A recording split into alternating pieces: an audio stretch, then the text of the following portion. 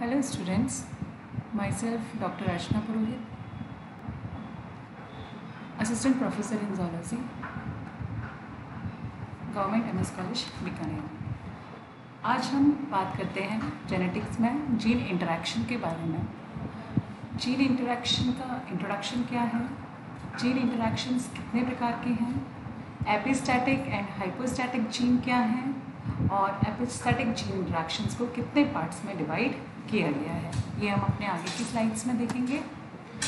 First of all हम gene interactions के बारे में जानकारी देते हैं कि हम जीन इंटरेक्शन है क्या।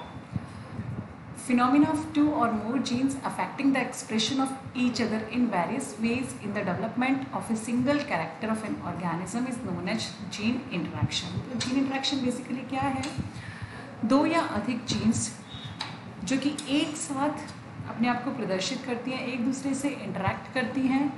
इस इंटरैक्शंस का क्या रिजल्ट होता है कि किसी भी ऑर्गेनिज्म का जो सिंगल कैरेक्टर होता है वो चेंज हो जाता है।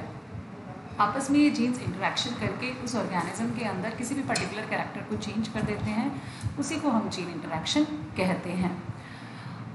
लिविंग ऑर्गेनिजम्स के अंदर अधिकांश जो कैरेक्टर्स होते हैं वो अनेक डिफरेंट जीन्स के कोलैबोरेशन के द्वारा या उनके आपस में इंटरेक्शंस के द्वारा ही कंट्रोल होते हैं। मेंडल और दूसरे वर्कर्स जो हैं उन्होंने ये एज्यूम किया था कि कैरेक्टर्स जो होते हैं वो सिंगल जीन के द्वारा कंट्रोल होते हैं, लेकिन बाद में खोज किया गया कि अनेक कैरेक्टर्स ऐसे होते हैं जो दो या अधिक जीन्स के द्वारा कंट्रोल होते हैं। इस तरह से जीन जो होते हैं वो पर्टिकुलर किसी भी कैरेक्टर के डेवलपमेंट को अफेक्ट कर देते हैं, जिससे कि टिपिकल जो डाईहाइब्रिड रेशो है, जैसे कि आप सभी जानते हैं 9:3:3:1 होता है, और ट्राईहाइब्रिड रेशो जो कि सामने दिखाई दे रहा है, ये अपने इस जो ये रेशो यहाँ पर दिखाई दे रहा है इससे चेंज हो जाते हैं। हाँ, ट्राईहाइब्रिड रेशो का वेरिएशन अभी हमारे सिलेबस में नहीं है, हमारे सिलेबस में जो भी है वो डाईहाइब्रिड रेशो का ही है। तो डाईहाइब्रिड रेशो का वेरिएशन हो जाता है 9:3:3:1 से डिफरेंट रेशो हमें प्राप्त होता है। टाइप्स ऑफ जीन इंटरेक्शंस दो प्रकार के हैं, एलेलिक और non allylic gene interaction. Interactions का मतलब क्या है, इस प्रकार का जीन इंटरैक्शंस जो है वो क्लासिकल रेशो ही देता है। यदि मोनोहाइब्रिड क्रॉस है तो 3:1, डाईहाइब्रिड क्रॉस है तो 9:3:3:1।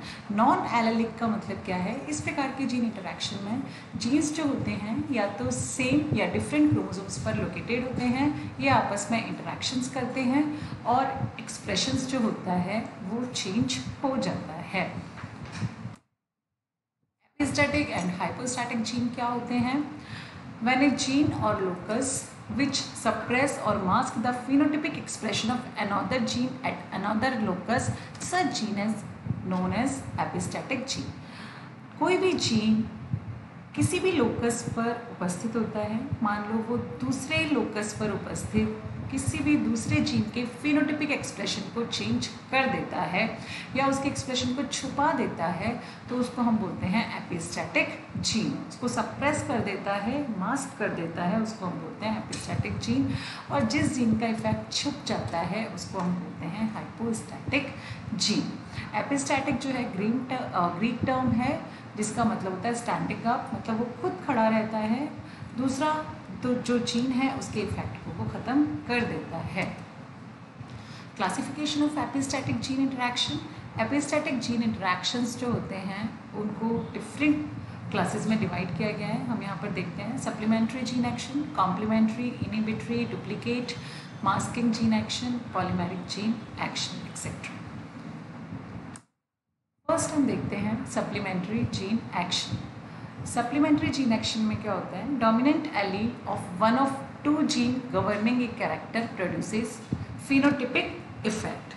इसके अंदर क्या है, सप्लीमेंट्री जीन इंटरेक्शन के अंदर दोनों जीन्स में से या एक pair of gene change the effect of another non allylic gene is called supplementary gene. Gene जो होता है क्या करता है, दूसरी नॉन एलेलिक जीन के एक्सप्रेशन को क्या कर देता है, चेंज कर देता है। अभी मैं आपको एक्सपेरिमेंट से समझाऊंगी तो क्लियर हो जाएगा।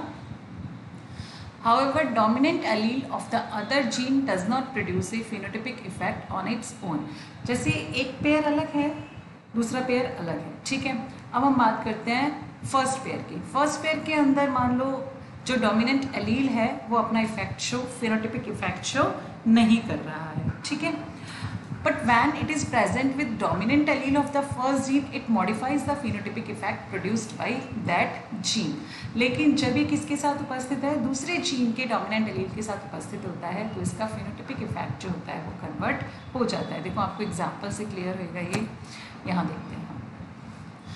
यहाँ पेरेंट्स CCA कलर्ड है और दूसरा जो है पेयर है वो है small CC capital AA albino. ठीक है, कैपिटल C यहाँ कलर के लिए रिस्पॉन्सिबल है, स्मॉल c जो है यहाँ एल्बिनो के लिए रिस्पॉन्सिबल है, और कैपिटल A जो है वो है सप्लीमेंट्री जीन। ठीक है, अब देखो कैपिटल C जहाँ पर होगा वहाँ क्या आना चाहिए, वो कलर्ड होना चाहिए। ठीक है, तो यदि ये अलग से उपस्थित है तब तो क्या कर रहा है, C जो है कैपिटल C किसके लिए रिस्पॉन्सिबल हो रहा है, हमारा कलर्ड के लिए।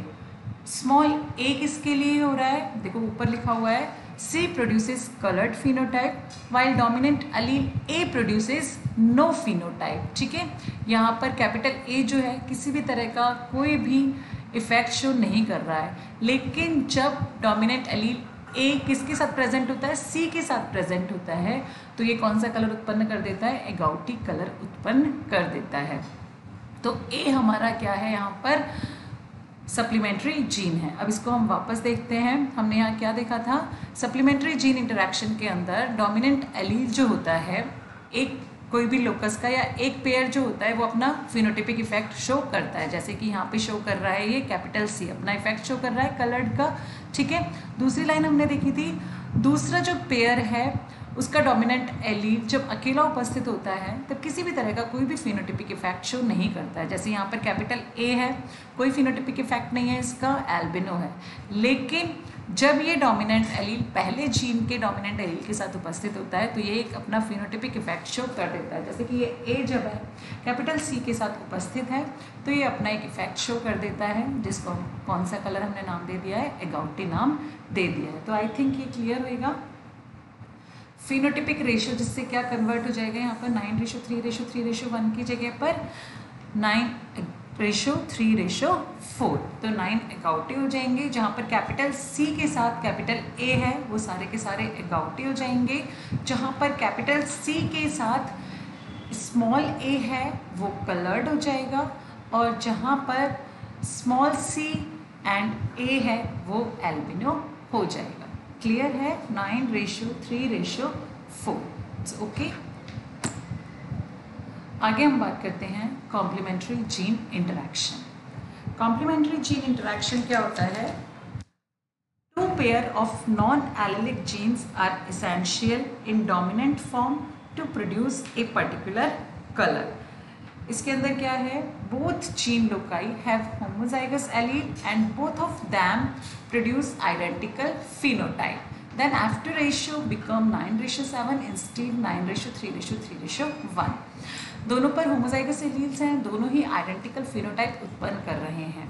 Both dominant alleles when present together each other are called complementary gene and produce a different phenotype। जब दोनों के दोनों डोमिनेंट एलील्स जो होते हैं एक साथ उपस्थित होते हैं तब उन्हें कॉम्प्लीमेंट्री जीन कहते हैं, और ये एक डिफरेंट फिनोटाइप उत्पन्न करते हैं। क्लियर, देखिए अब हम यहाँ पर इसका भी एक्सपेरिमेंट से समझेंगे। Sweet pea presence of genes capital CC, small cc, capital PP and small pp in homozygous condition produces no color. Why? Because expression of chromogen does not occur in homozygous condition, while expression of chromogen occurs when these two genes present in heterozygous condition. देखो ऊपर capital CC भी कोई colour उत्पन्न नहीं कर रहा है, capital PP भी कोई कलर उत्पन्न नहीं कर रहा है। फर्स्ट जनरेशन में हमारे कैपिटल C और कैपिटल P, तो कॉम्प्लीमेंट्री जीन कब तक काम नहीं करेगा, जब तक कि दो अलग अलग लोकाई पर स्थित दो जीन्स एक साथ नहीं आ जाते हैं तब तक वो कलर उत्पन्न नहीं होगा। दोनों जीन्स हैं, सेम फिनोटाइप उत्पन्न कर रहे हैं, सेम वाइट कलर, लेकिन जब ये दोनों साथ साथ आ जाते हैं तभी क्या कर देते हैं, डिफरेंट फिनोटाइप उत्पन्न कर देते हैं। तो जहाँ पर भी कैपिटल C कैपिटल P साथ में है वहाँ पर्पल कलर आ जाता है, जहाँ पर ये डिफरेंट डिफरेंट होते हैं वहाँ पर वाइट कलर रह जाता है। आई थिंक क्लियर होएगा। फिर भी यदि किसी को दिक्कत होती है यहाँ तक तो आप पूछ सकते हैं। आज हम ये 2 ही करेंगे, इसके बाद अभी और बचते हैं आपके, वो मैं नेक्स्ट स्लाइड में आपको कंटिन्यू करूँगी।